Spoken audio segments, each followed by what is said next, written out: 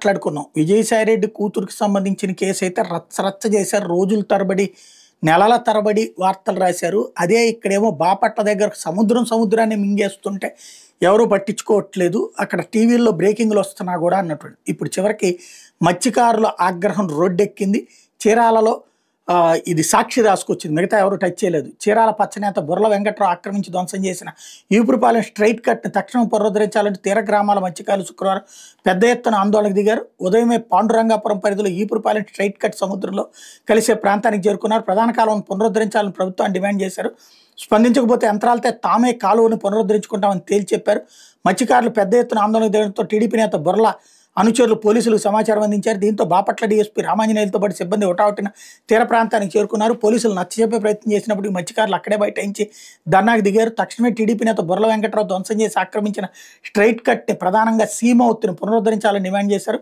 కాలువలో ఉన్న 1000కి పైగా పడవలు వేటకు వెళ్లలేని పరిస్థితి నెలకొందని, దీనివల్ల తాము ఉపాధి కోల్పోతున్నామని ఆపారు. అందుకు కారణమైన వెంకట్రావును అరెస్ట్ చేయాలని నినాదాలు చేశారు. సముద్ర తీరంలో ఆక్రమిత భూములకు డీకేటీ పట్టాలు ఇచ్చిన రెవెన్యూ అధికారులపైన ప్రభుత్వం చర్యలు తీసుకోవాలని డిమాండ్ చేశారు. స్పందించకపోతే ఆందోళన మరింత ఉధృతం చేస్తామని హెచ్చరించారు.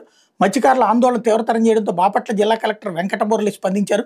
తీరం ఆక్రమణపై Bapatla RDO Gloria, Chirala RDO Chandrasekhar నాయుడుతో విచారణ కమిటీ నియమించారు. వెంటనే నివేదిక సమర్పించాలన్నారు. అంతవరకు వాదాస్పద భూమిగా ఉన్న సర్వే నెంబర్ 499/1-2లోని 1.5 ఎకరాల్లో ఎవరూ దిగద్దని ఆదేశాలు జారీ చేశారు. విచారణ నివేదిక వచ్చాక సదరు భూమిపై చర్యలు తీసుకుంటామని హామీ ఇచ్చారు. దీంతో మత్స్యకారులు శాంతించి ఆందోళనకు విరమించారు. తీరంలో ఆక్రమణలు అడ్డుకుంటున్న మత్స్యకారులపై టీడీపీ నేత ఫిర్యాదు మేరకు పోలీసులు కేసు నమోదు చేసినట్టు తెలుస్తోంది. తమ ట్రాక్టర్లు ఇతర యంత్రాలను ధ్వంసం చేశారని ఫిర్యాదులు పేర్కొనడంతో 20 మందికి పైగా మత్స్యకారులపై పోలీసులు కేసు నమోదు చేసినట్టు సమాచారం. ఈపురపాలెం స్ట్రైట్ కట్ సీమౌత్ పూడ్చివేసి 12,000 కుటుంబాలు మత్స్యకారులు కడుపు కొట్టిన రియల్ ఎస్టేట్ వ్యాపారి బుర్ల వెంకట్రావుపై కేసు నమోదు చేసి చర్యలు తీసుకోవాలని మత్స్యకారుడు కనకారావు శుక్రవారం బాపట్ల పోలీసులు ఫిర్యాదు చేశారు. కాలువలను ధ్వంసం చేస్తున్న అతన్ని అడ్డుకునే ప్రయత్నం చేయగా తమను దూషించి చంపేస్తామని బెదిరించారని ఆయన పోలీసులకు ఇచ్చిన ఫిర్యాదులు పేర్కొన్నారు. అసలు దీని మీదన చాలా సీరియస్గా స్పందించాల్సిన అవసరం ఉంది. ఎందుకంటే వాళ్ళ కాలువని మూసేయడం ఏంటి? అసలు సముద్రంలోకి వెళ్ళేటటువంటి వాటర్ మూసేసేటటువంటి అధికారం ఎవరిచ్చారు? ఏ పట్టాలు ఉన్నా సరే అసలు అధికారులు ఎట్లా ఇస్తారు? అది దీన్ని చాలా సీరియస్గా పరిగణించాలి. దీన్ని గనక పరిగణించకపోతే ఇది హైకోర్టులు, సుప్రీంకోర్టుల దాకా వెళ్ళడమే కాదు, దేశీయ అంశం అయిపోతుంది, వివాదం అయిపోతుంది.